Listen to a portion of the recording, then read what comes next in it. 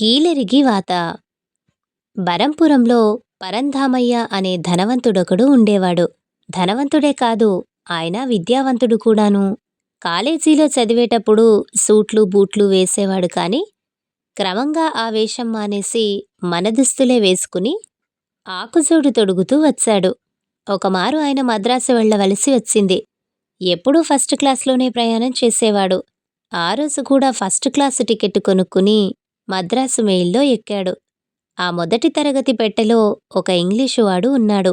పరంధామయ్య పంచకట్టు, ఆకుజోడు చూసేసరికి ఆ పెట్టెలో తెలియక పొరపాటున ఎక్కుతున్నాడేమో అనిపించింది లోపలున్న దొరగారికి.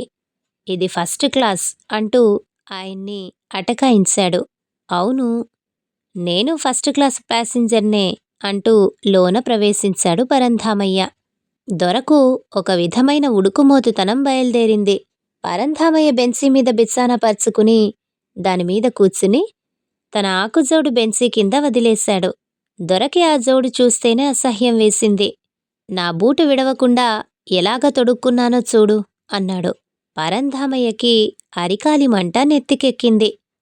మిస్టర్, మర్యాద, నాగరికత నాకు తెలుసు. నేను మీ దేశమంతా తిరిగి వచ్చాను. అక్కడ మర్యాదస్తులెవరూ ఇలాగ ప్రవర్తించలేదు.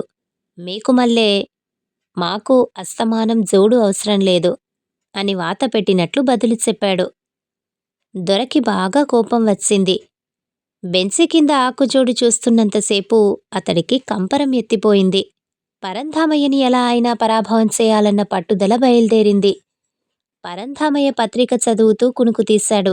అప్పుడు దొరగారు స్వహస్తంతో పరంధామయ్య జోడుని ఎత్తి రైలు కిటికీలోంచి అవతలకు విసిరేసి ఏమీ ఎరగనట్లు తన మానాన తను పత్రిక చదువుకోవటం ప్రారంభించాడు.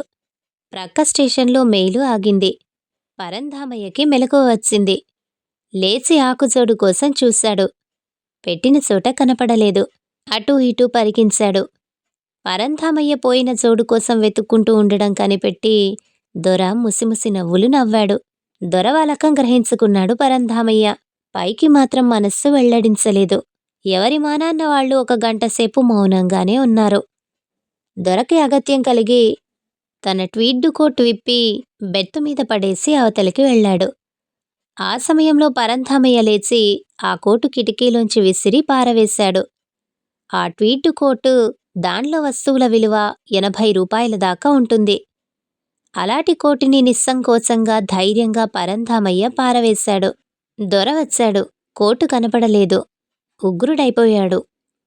నా కోటేదయ్యా అని గద్దించి అడిగాడు పరంధామయ్యను. పరంధామయ్య పేపరు మీదే దృష్టి ఉంచి తొనకకుండా బెనకకుండా అతి నిదానంగా, ఏమిటి మిస్టర్, బహుశా నా చెప్పులు వెతకటానికని గాని వెళ్ళిందో ఏమో అన్నాడు. దొరకి భలే కోపం వచ్చింది. అప్పటికే పరంధామయ్య లాల్చీ పైకి తీసే తయారీలో ఉన్నాడు. అతడి జబ్బపుష్టి చూడగానే హడలు పుట్టి దొర వెనక్కి తగ్గాడు. కథ సంపూర్ణం.